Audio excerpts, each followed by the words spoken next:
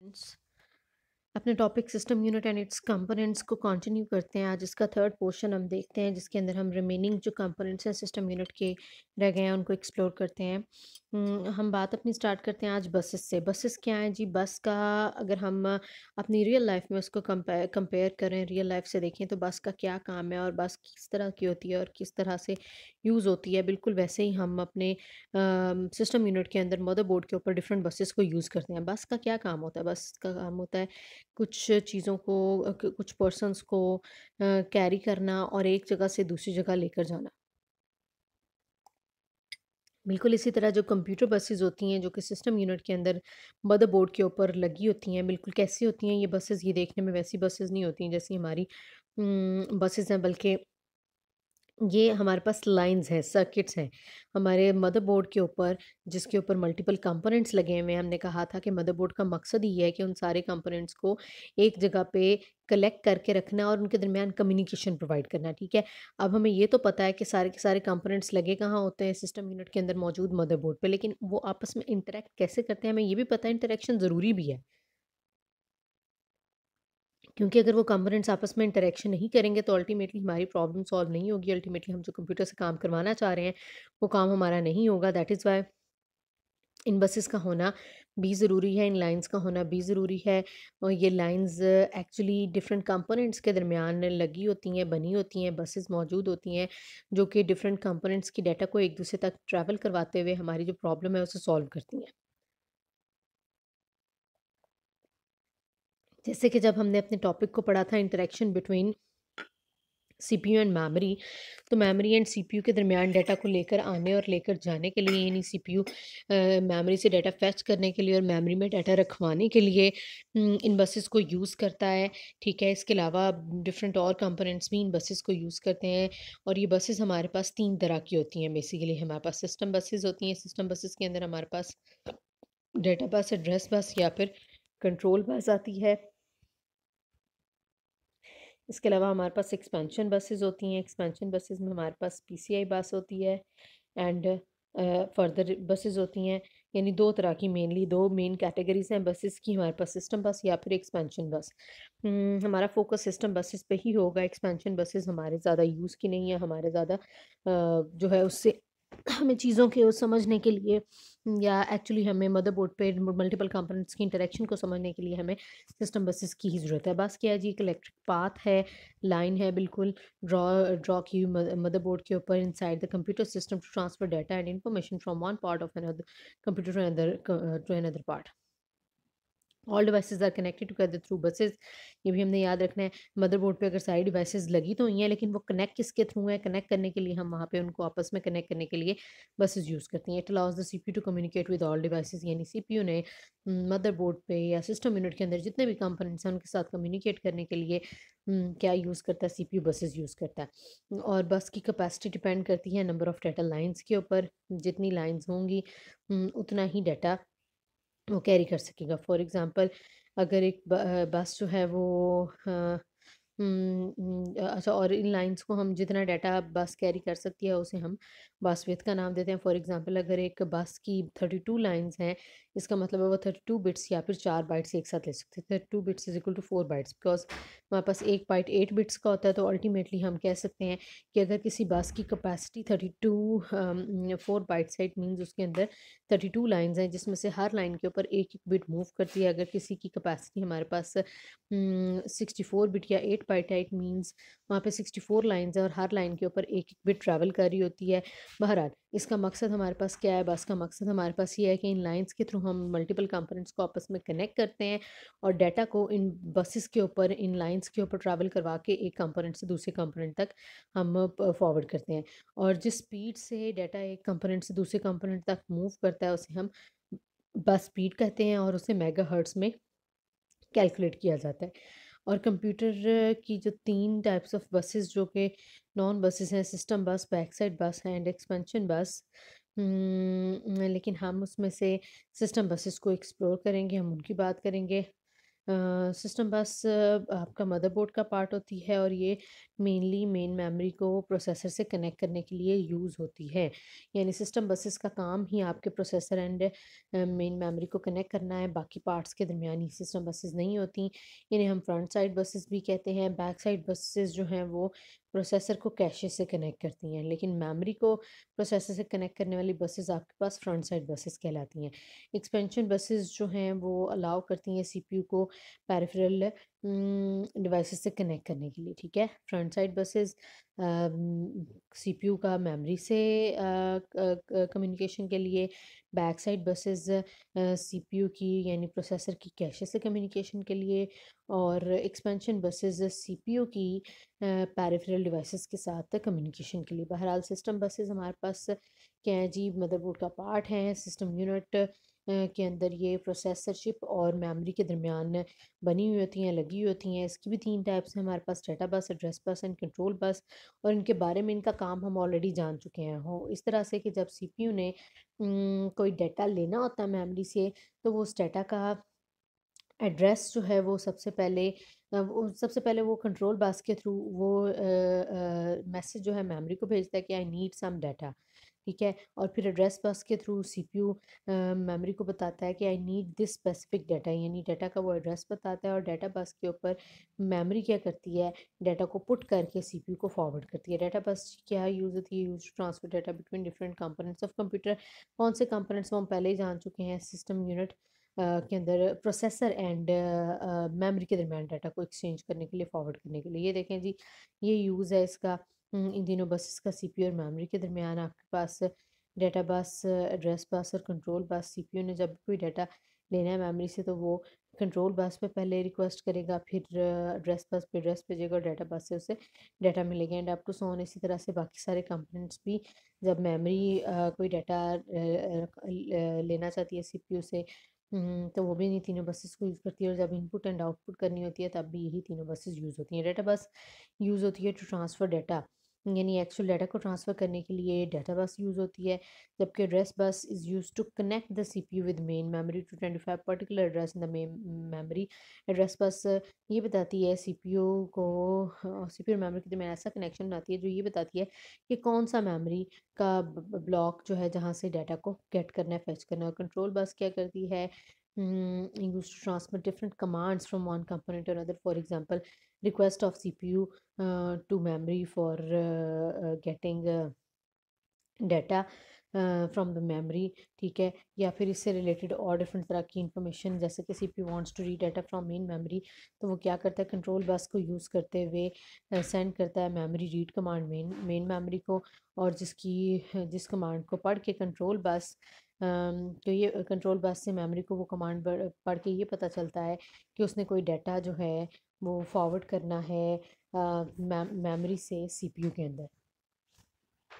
बहरहाल जी, हमारे पास जो कमांड स्पेसिफिक यूज़ होती हैं कंट्रोल बस के साथ, उनमें से कुछ आपके पास मेमोरी राइट है, मेमोरी रीड है, इनपुट आउटपुट राइट रीड है, और बस रिक्वेस्ट एंड बस ग्रांट है, ठीक है। हम इसको यहाँ तक ही पढ़ेंगे। एक्सपेंशन बस के बारे में बस हमें इतना जानना है कि सीपीयू को पेरिफेरल डिवाइसेस के साथ कम्युनिकेट करने के लिए एक्सपेंशन बसेस की ज़रूरत होती है। और ये एक्सपेंशन बसेस आपके पास 3 हैं, पीसीआई बस, पीसीआई एक्सप्रेस बस, सॉरी 4 हैं, 5 हैं, एचजीपी बस, यूएसबी, ओके 6 हैं, यूएसबी फायर वायर और आईएसए बस, ठीक है। इनके जस्ट हमने नाम याद करने हैं।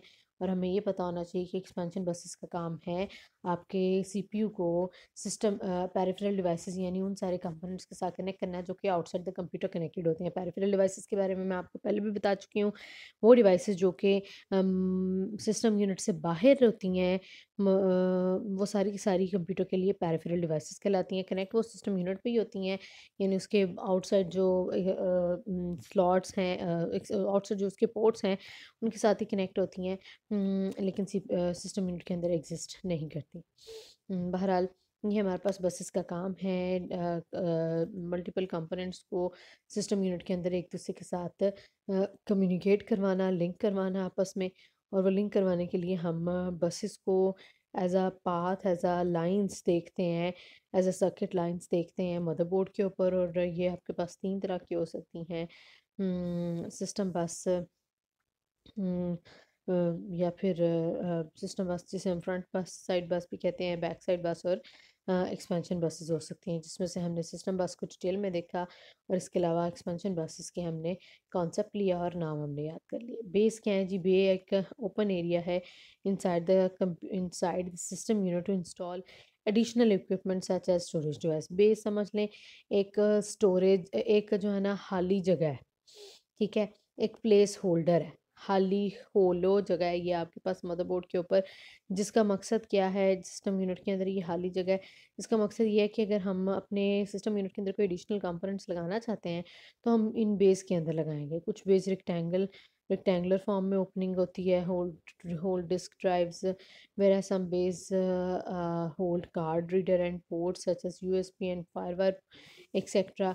तो बेस का मकसद क्या होता है? जैसे कि एक बे हमें आउटसाइड भी नज़र आती है, होती है सिस्टम यूनिट के अंदर है, एक बे हमें बाहर भी नज़र आती है, जिसके अंदर हम अपनी सीडी या फिर डीवीडी इंस्टॉल करते हैं, जैसे कि ड्राइव बेस, ठीक है। इसके अलावा इंटरनल या फिर हिडन बेस भी होती हैं, जो कि सिस्टम यूनिट के अंदर होती हैं, जो कि इंटरनली सिस्टम यूनिट के अंदर अगर कोई हमने हार्ड डिस्क लगानी है उसको लगाने के लिए यूज़ होती हैं।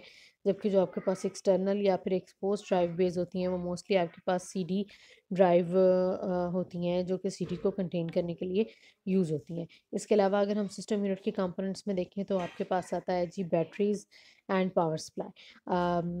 हमें अपने कंप्यूटर को काम करवाने के लिए, ज़ाहिर बात है कंप्यूटर इलेक्ट्रॉनिक कंपोनेंट है, तो हमें पावर सप्लाई और बैटरी की ज़रूरत होती है। Without power supply and without battery हमारा कंप्यूटर काम नहीं कर सकता। उसे हमें कॉन्टीन्यूस चार्जिंग की ज़रूरत होती है, कॉन्टीन्यूस इलेक्ट्रिक चार्ज सप्लाई करने की ज़रूरत होती है। उसके लिए हम अपने सिस्टम यूनिट के अंदर पावर सप्लाई एंड बैटरीज भी यूज़ करते हैं, ठीक है।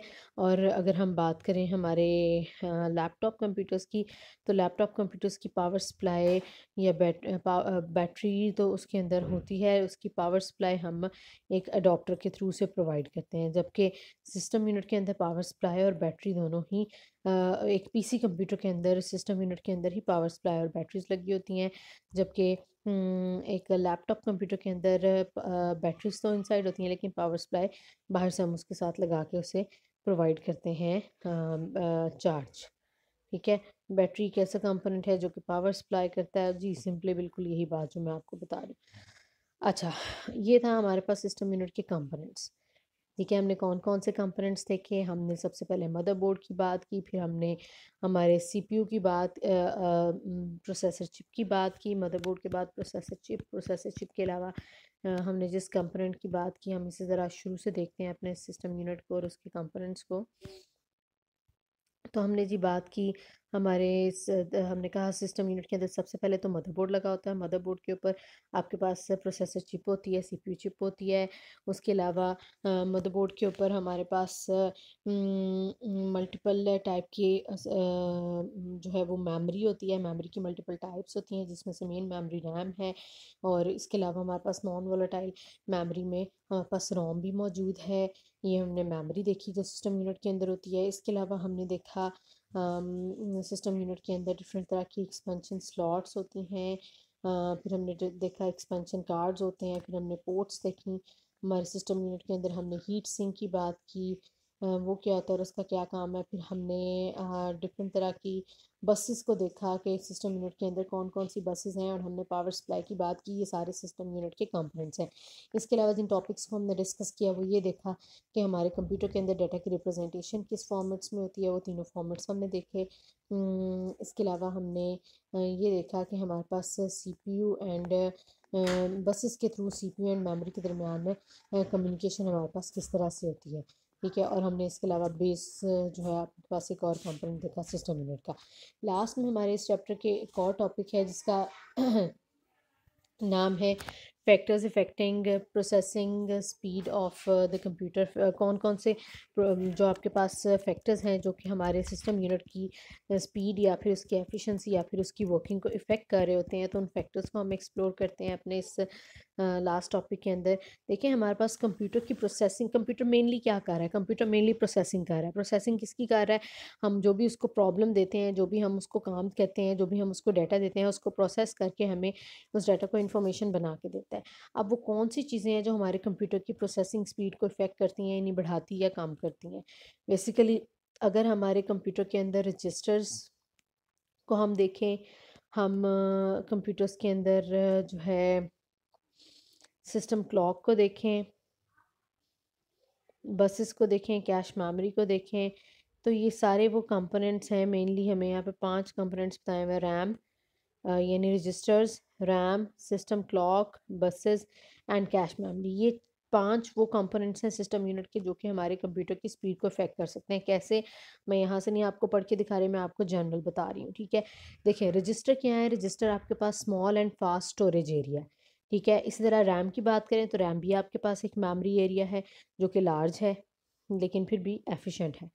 और कैशे की बात करें तो कैश मेमोरी भी आपके पास क्या है जी, मेमोरी की एक टाइप है। तो 3 टाइप की मेमोरीज, रजिस्टर, रैम और cache memory plus buses. Buses वो चीज़ है जो कि इन सारे मेमोरी यूनिट्स से, चाहे कैशे है, चाहे रजिस्टर है, चाहे मेन मेमोरी है, वहाँ से data system unit sorry CPU chip तक, प्रोसेसर चिप तक लेके जाते हैं, ठीक है। और सिस्टम क्लॉक क्या चीज़ है, सिस्टम क्लॉक आपके पास जो हमारा सीपीयू चिप है उसका जो मशीन साइकिल है उसकी प्रोसेसिंग की स्पीड है कि कितनी देर में वो साइकिल कंप्लीट होता है, उतना ही हमारा सिस्टम क्लॉक फास्ट फास्ट चलता है। और जितना फास्ट चलता है उतनी जल्दी हमारे कंप्यूटर हमारी प्रॉब्लम को सॉल्व करता है, यानी प्रोसेसिंग करता है। यानी मेन हमारा मकसद ये है ये जानना कि जो सीपीयू चिप है कंप्यूटर के अंदर वो कितनी तेज़ तेज़ काम करती है कि अल्टीमेटली हमारे पास हमारी प्रॉब्लम जल्दी से सॉल्व होती है। देखें कुछ चीज़ें हैं, कुछ फैक्टर्स हैं जो उसकी स्पीड को बढ़ा सकते हैं या फिर कम कर सकते हैं। जैसे कि अगर हम रजिस्टर की बात करें, रजिस्टर कहाँ पे एग्जिस्ट करते हैं, सीपीयू चिप के अंदर एग्जिस्ट करते हैं।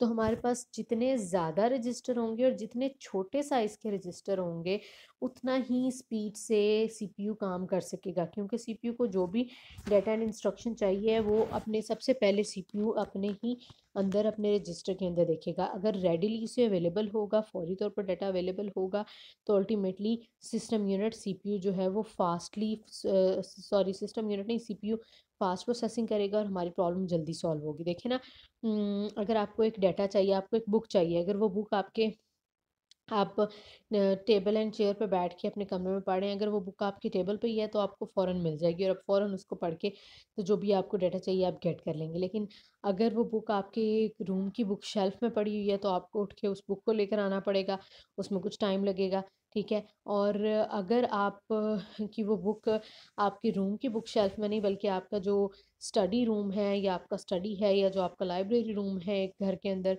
वहाँ पे आपको जाके अगर वो बुक सर्च करनी पड़ेगी और फिर आप उसको उसमें से डाटा लेंगे और आपका काम होगा, तो उसमें और भी ज़्यादा टाइम लगेगा, ठीक है।